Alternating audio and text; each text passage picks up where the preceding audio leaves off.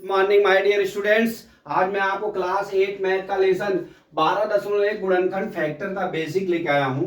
Factor means क्या होता है? गुणनखंड। किसी अंक या बीजगणित का जो है कई भागों में लिखना ही क्या होता है? गुणनखंड होता है। जैसे मान लीजिए, बेसिक मैं इसलिए बता रहा हूँ, जैसे मान लीजिए 25 है तो हम लोग क्या करते हैं? 5 का 2 बार गुणा लेते हैं, ठीक है। उसी तरह 4x² y है तो इसको हम लिखते हैं 2 गुणे 2 गुणे x गुणे y लिखते हैं, ठीक है। ये होता है गुणनखंड मेथड, ठीक है। अगर मान लीजिए अपने को करना है सार्वविधि द्वारा,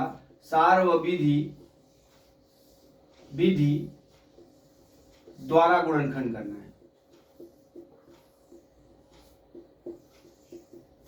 ठीक है।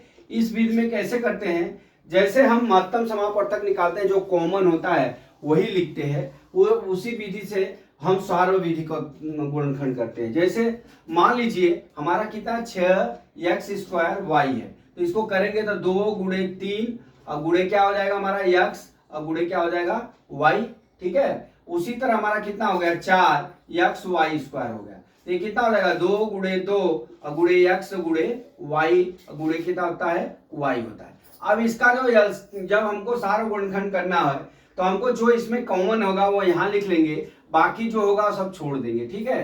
तो ये जैसे इसमें 2 कॉमन है, ठीक है, तो यहाँ 2 लिख लिया, ठीक है। फिर गुणे, अब यहाँ पे देख लीजिए 2 है, यहाँ पे 3 है, नहीं होगा। अब यहाँ पे देख लीजिए कि x कॉमन है तो गुणे x लिख लिया। फिर यहाँ पे खाली y कॉमन है तो हम यहाँ पे क्या लिख लिया? y लिख लिया। ये 2xy सार्व गुणनखंड द्वारा ये क्या हो गया? हमारा गुणनखंड हो गया, ठीक है। इस तरह से हम इसका गुणनखंड करते हैं, ठीक है। अभी मान लीजिए मान लीजिए 4x² माइनस 4x माइनस, अब कितना दे दिया? मान लीजिए 12 दे दिया, ठीक है।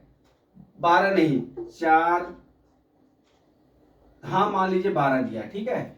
12 दिया है तो अब 48 हो गया, तो 8 छक 48, यहाँ मान लीजिए -2x है, ठीक है। अब यहाँ पे कितना हो जाएगा? सबसे पहले इसका और इसका हम गुणनखंड गुणा करेंगे, ठीक है। तो 12 गुणे हम कितना लिखेंगे? 4 लिखेंगे, ठीक है। तो कितना हो जाएगा हमारा 48। अब इस 48 का हमको ऐसा गुणनखंड करना है कि हमारा कितना आ जाएगा? -2x होना चाहिए, ठीक है। तो हम करते हैं 8 छका 48, तो यहाँ लिखेंगे 4x² माइनस, ठीक है। कितना लिखेंगे? 8x प्लस कितना लिख देंगे? 6x माइनस 12, ठीक है। अब यहां से देख लीजिए, अब यहां से क्या होता है? 4x कॉमन हो जाएगा तो यहाँ x -2 हो जाएगा, यहाँ प्लस 6 कॉमन लेंगे तो x -2 आ गया। अब देख लीजिए इसको कैसे लिखते हैं? जो ये है एक कॉमन हो जाता है तो यहाँ लिख लेते हैं x -2 लिख लिया। फिर क्या बचता है हमारा? 4x और प्लस 6 हो जाता है, जो चिन्ह के साथ में लिखते हैं, ये हमारा आंसर हो जाएगा। तो इस तरह से हम इन सबका जो है गुणनखंड करते हैं। अगर गुणनखंड करने के लिए बोला तो एक विधि ये है, और तो अगर बोले सार्वविधि द्वारा गुणनखंड करना है तो जैसे हम महत्तम समापवर्तक में कॉमन लेते हैं, उसी तरह से हम सौरविधि में जो सार्वविधि में हम कॉमन लेंगे, ठीक है।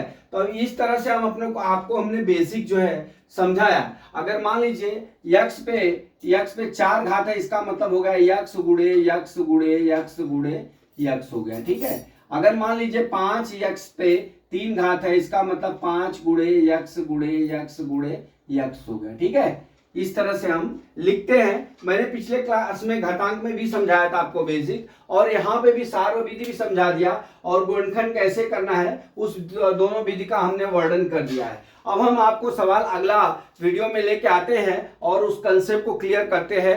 जय मां सरस्वती, जय भारत माता, जय जवान, जय किसान।